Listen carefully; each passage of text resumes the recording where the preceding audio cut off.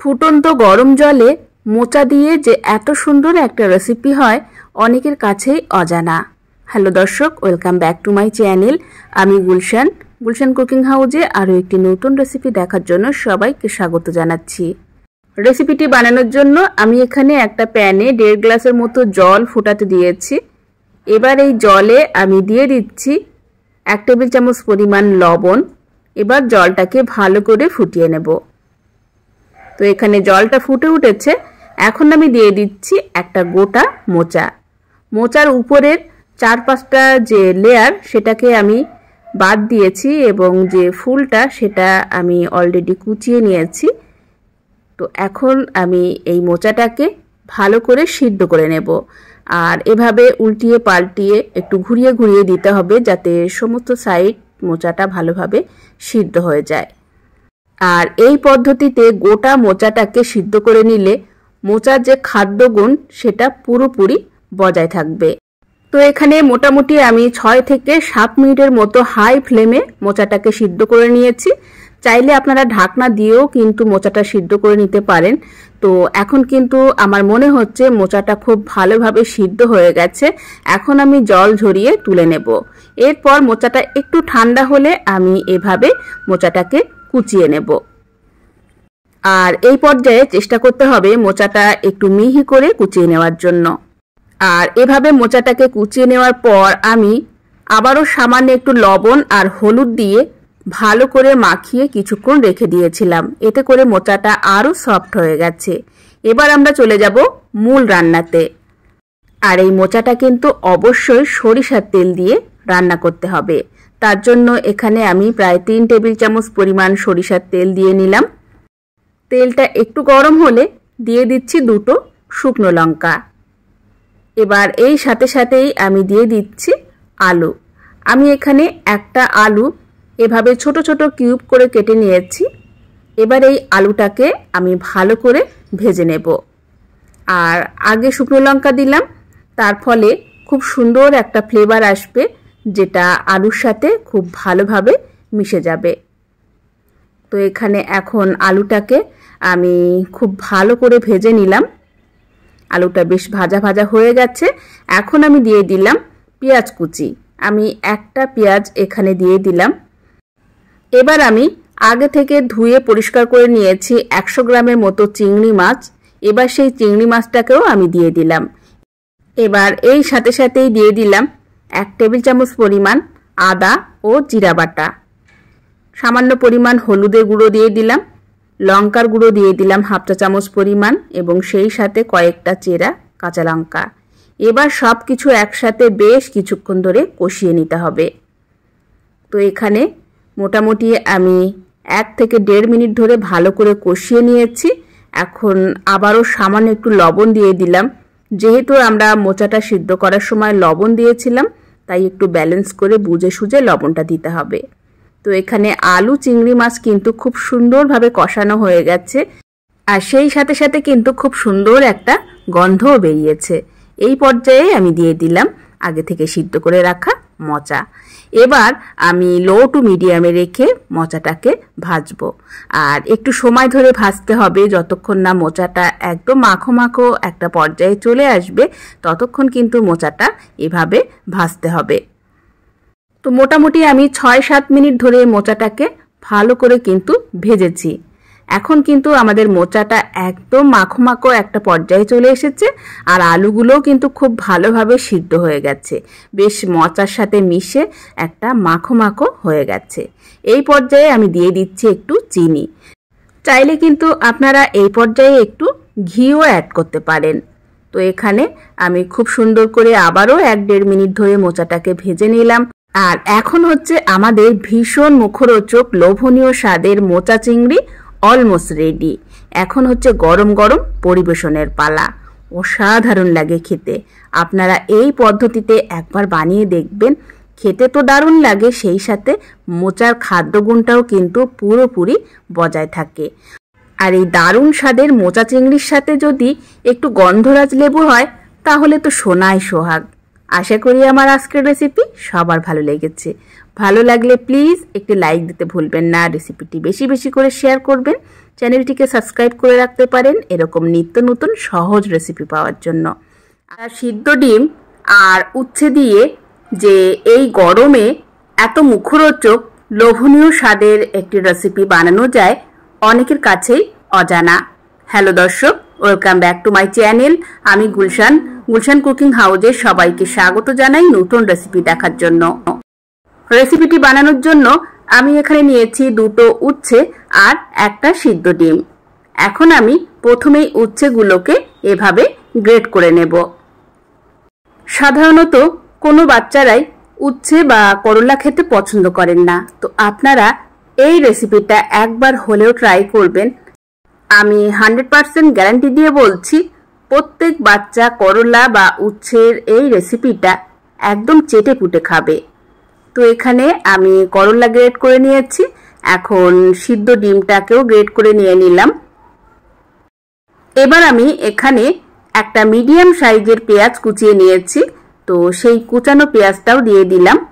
এরপর আদা আর জিরা বাটা দিয়ে দিলাম 1 টেবিল চামচ পরিমাণ, স্বাদ মতো লবণ, সামান্য একটু হলুদের গুঁড়ো। এবার দিয়ে দিচ্ছি একটু কালো জিরে, এটা দিলে খুব সুন্দর একটা ফ্লেভার আসবে। এরপর আমি 1 টেবিল চামচ পরিমাণ দিয়ে দিলাম বেসন। আপনারা এখানে বেসনের পরিবর্তে একটু চালের গুঁড়ো কিংবা একটু ময়দাও অ্যাড করতে পারেন। এবার সবকিছু এভাবে আলতো হাতে মাখিয়ে নিতে হবে। যেহেতু এখানে সিদ্ধ ডিম দিয়েছি তাই খুব বেশি চেপে চেপে মাখাবেন না, ডিমগুলো একটু গোটা গোটা থাকলে খেতে খুব টেস্টি হবে। তো এখানে সবকিছু মিশিয়ে নিলাম। এবার আমি প্যানে দিয়ে দিচ্ছি সামান্য পরিমাণ সরিষার তেল। খুব অল্প তেলেই আপনারা এটা বানিয়ে নিতে পারবেন। তো এখানে তেলটা মোটামুটি একটু গরম হয়ে গেছে। এখন আমি উচ্ছে আর সিদ্ধ ডিমের যে মিশ্রণটা বানিয়ে নিয়েছি সেই মিশ্রণ থেকে অল্প অল্প করে নিয়ে ঠিক টিকিয়ার মতো করে বানিয়ে নেব। চেষ্টা করবেন একটু পাতলা পাতলা করে দিতে, তাহলে কি হবে, উপরটাও খুব ভালোভাবে ভাজা হয়ে যাবে আর ভিতরটাও খুব ভালোভাবে সিদ্ধ হয়ে যাবে। যেহেতু আমরা উচ্ছে কাঁচা গ্রেট করে নিয়েছি তাই একটু পাতলা পাতলা করে দিলে ভাজাটা খুব ভালো হবে। তো এখানে সবগুলো আমি মোটামুটি দিয়ে দিলাম এভাবে। এবার লো টু মিডিয়ামে রেখে এটা ভাজতে হবে। সাধারণত আমরা বাঙালিরা প্রথম পাতেই একটু ভাজা টাইপের কিছু খেতে খুব পছন্দ করি। তো এই প্রচণ্ড গরমের দিনে অন্য কিছু ভাজাভুজি না খেয়ে আপনারা প্রথম পাতে এই দারুণ স্বাদের উচ্ছের টিকিয়াটা পরিবেশন করতে পারেন। অসাধারণ লাগবে খেতে। তো এখানে একটা পিঠ কিন্তু হয়ে গেছে, আমি এখন উল্টে দিলাম। দেখেই বুঝতে পারছেন কি দারুণ একটা কালার এসছে। আর এভাবে এই পিঠটাকেও এখন ভেজে নেব। গরম গরম ভাতের সাথে উচ্ছের এই টিকিয়াটা খেতে যে কি সুস্বাদু, আপনারা বাড়িতে একবার ট্রাই না করলে কিন্তু বুঝতেই পারবেন না। তো এখন 2 পিঠ হয়ে গেছে, এখন আমি একটা সার্ভিং প্লেটে তুলে নিচ্ছি। আর এই টিকিয়াটা বানাতেও কিন্তু একেবারেই সময় লাগে না, খুব অল্প সময়ে মাত্র আপনারা 5-6 মিনিটের মধ্যেই বানিয়ে গরম গরম পরিবেশন করতে পারবেন। আর যেহেতু এখানে সিদ্ধ ডিম দেওয়া আছে তাই স্বাদটা এত সুন্দর আসে, বাচ্চাদেরকে খাওয়ালে বুঝতেই পারবে না যে এটা উচ্ছে বা করলা দিয়ে বানানো হয়েছে। তো আপনারা অনায়াসেই আপনার বাচ্চাকে এই পদ্ধতিতে উচ্ছে বা করলা খাওয়াতে পারেন। আশা করি আজকের রেসিপি সবার ভালো লেগেছে। হঠাৎ করে যদি একটু মিষ্টি খেতে মন চায় সেক্ষেত্রে আপনারা কিন্তু খুব কম সময় ঝটপট বাড়িতে মাত্র 10 টাকার আমলের গুঁড়ো দুধ, 1/2 কাপ পরিমাণ ময়দা আর একটা ডিম দিয়ে একদম ঝটপট কম সময়ে বানিয়ে ফেলতে পারবেন একদম দোকানের মতো নরম তুলতুলে গোলাপ জামুনের রেসিপি। আশা করি রেসিপিটি সবার ভালো লাগবে। তো এখানে গুঁড়ো দুধ, ময়দা আর একটা ডিম দিয়ে আমি এখন ভালো করে একটা ডোয়ের মতো বানিয়ে নেব। ডিমটা দেওয়ার পরেও যদি খুব বেশি ড্রাই হয় সেক্ষেত্রে আপনারা খুবই সামান্য পরিমাণে একটু দুধ ব্যবহার করতে পারেন। আর আমার এখানে কিন্তু 1/2 কাপ ময়দা, একটা গুঁড়ো দুধের প্যাকেট আর একটা ডিম, তাতেই কিন্তু খুব ভালোভাবে ডোটা বানানো হয়ে গেছে। এখানে আমার কোনো জল বা দুধের প্রয়োজন হয়নি। তো এখানে ডোটা কমপ্লিট, এখন কিছুক্ষণ রেস্টে রেখে দিতে হবে। অন্যদিকে আমি একটা চিনির চাশনি বানিয়ে নিচ্ছি। তো এদিকে চাশনিটা হতে থাক, ততক্ষণে আমাদের ডোটা কিন্তু অলমোস্ট রেডি। আমি হাতে একটু ঘি মাখিয়ে নিলাম। এখন আমরা ঠিক গোল গোল শেপ দিয়ে এগুলো বানিয়ে নেব। আমি এখানে প্রপার গোলাপ জামুনের শেপ দিয়ে নিচ্ছি। আপনারা চাইলে কিন্তু গোল না বানিয়ে একটু লম্বাটে করেও বানিয়ে নিতে পারেন। তো এখানে আমার সবগুলো বানানো কমপ্লিট। আর অবশ্যই এই মিষ্টি ডোটা যখন মাখাবেন খুব ভালো করে একটু সময় ধরে মাখিয়ে নেবেন। যত ভালোভাবে মাখাবেন মিষ্টিগুলো তত সফট হবে। এবার এই মিষ্টিগুলোকে আমি রিফাইন তেলে ভেজে নেব। তার জন্য আমি একটা কড়াইয়ে দিয়ে দিলাম কিছুটা রিফাইন তেল। আর এই পর্যায়ে কিন্তু তেলটাকে খুব বেশি গরম করা যাবে না, হালকা করে গরম করে নিতে হবে। এরপর আমি দিয়ে দিচ্ছি একে একে মিষ্টিগুলো দেওয়ার পর লো টু মিডিয়ামে রেখে জাল করে নিতে হবে। তা না হলে কিন্তু ভিতরটা কাঁচা থাকবে আর উপরে কালার চলে আসবে। তো সেজন্য একটু সময় ধরে মিষ্টিগুলো ভেজে নিতে হবে। আপনারা তেলটা দেখে নিশ্চয়ই বুঝতে পারছেন কতটা লোতে রেখে আমি মিষ্টিগুলো ভেজে নিচ্ছি। তো এখানে একটা পিঠে হালকা একটু কালার চলে এসেছে। এখন আমি এগুলো উল্টে দেব। আর এভাবে উল্টিয়ে পাল্টিয়ে একেবারে গোল্ডেন ব্রাউন কালার করে মিষ্টিগুলো ভেজে নিতে হবে। আর মিষ্টিগুলো যখন পারফেক্ট ভাজা হয়ে যাবে, মিষ্টিগুলো কিন্তু একদম ফুলে ডবল হয়ে যাবে, দেখেই বুঝতে পারছেন। আর এই মিষ্টিগুলো ভাজতে আমার টোটাল সময় লেগেছে 10 থেকে 12 মিনিটের মতো। আর এখন মিষ্টিগুলো একদম পারফেক্ট ভাজা হয়ে গেছে। এখন আমি তেল থেকে তুলে চিনির চাশনিতে দিয়ে দিয়েছি। চিনির চাশনিতে দেওয়ার পর এখন আমি উপর থেকে মোটামুটি 2 থেকে 3 ফোঁটার মতো দিয়ে দিলাম গোলাপ জল। এতে করে খুব সুন্দর একটা ফ্লেভার আসবে। এবার আমি চিনির চাশনিতে মিষ্টিগুলো মোটামুটি 1 ঘন্টার মতো ভিজিয়ে রেখেছিলাম। এরপর আমি একটা সার্ভিং বোলে পরিবেশন করে দিলাম। উপর থেকে একটু গুঁড়ো দুধ ছড়িয়ে দিলাম যাতে এটা দেখতে সুন্দর লাগে। এখন আমি একটা মিষ্টি কেটে আপনাদের দেখিয়ে দিচ্ছি মিষ্টিটা কতটা পারফেক্ট হয়েছে, ভিতরটা কতটা ফ্লপি হয়েছে।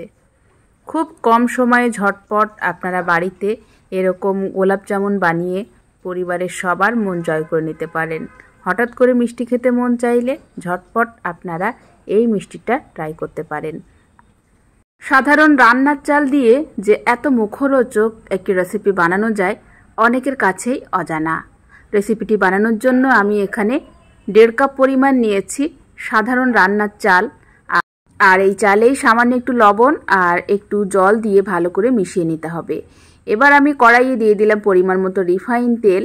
তেলের উপরে একটা ছাঁকনি দিয়ে অল্প অল্প করে চাল এভাবে দিয়ে ভেজে নিতে হবে।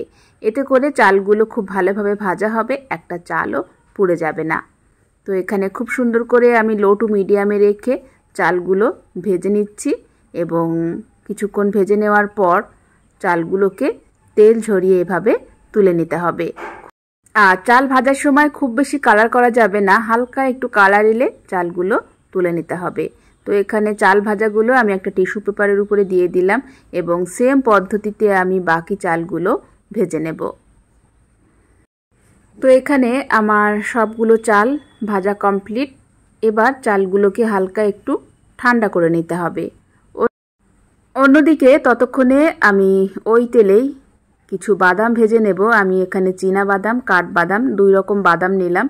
বাদামগুলোকে এখন এই তেলে ভেজে নেব। আর বাদামগুলো কিন্তু লো টু মিডিয়ামে রেখে একটু সময় ধরে ভাজতে হবে। আর যারা একটু ঝাল ঝাল খেতে পছন্দ করেন এই পর্যায়ে কিন্তু 2টো শুকনো লঙ্কাও ভেজে আপনারা নিয়ে নিতে পারেন। তো এখানে বাদামটা ভাজা হয়ে গেছে। এখন আমি এই ভাজা চালের উপরে ছড়িয়ে দেব। এরপর আমি এখানে কিছু কারি পাতা ভেজে নিলাম। কারি পাতাগুলোও আমি উপর থেকে দিয়ে দিলাম। কারি পাতাটা দিলে খুব সুন্দর একটা ফ্লেভার আসে। তো কারি পাতাটা আপনারা অবশ্যই দেওয়ার চেষ্টা করবেন। এরপর আমি উপর থেকে একটু ভাজা মশলা দিয়ে দিচ্ছি। এখানে শুকনো লঙ্কা, গোটা জিরে, গোলমরিচ এগুলো আমি হালকা তাওয়ায় একটু ভেজে গুঁড়ো করে নিয়েছি। সেই গুঁড়োটা এখন আমি দিয়ে দিলাম। এতে করে খুব সুন্দর একটা ফ্লেভার আসবে। তো আপনারা কিন্তু খুব ঝটপট কম সময়ে মুখরোচক এই ভাতের চাল দিয়ে এভাবে একটা স্ন্যাক্স বানিয়ে আপনারা স্টোর করে রাখতে পারেন। খুব টেস্টি খেতে, খুব মুখরোচক। অবশ্যই একবার বাড়িতে বানিয়ে দেখবেন, অসাধারণ লাগে খেতে। আশা করি খুবই সহজ কিন্তু খুবই মুখরোচক এই রেসিপিটি আপনাদের সবার ভালো লেগেছে। ভালো লাগলে প্লিজ একটি লাইক দিতে ভুলবেন না, শেয়ার করবেন, চ্যানেলটিকে সাবস্ক্রাইব করে রাখবেন এবং কোন রেসিপিটা বেশি ভালো লেগেছে কমেন্টস করে জানাবেন।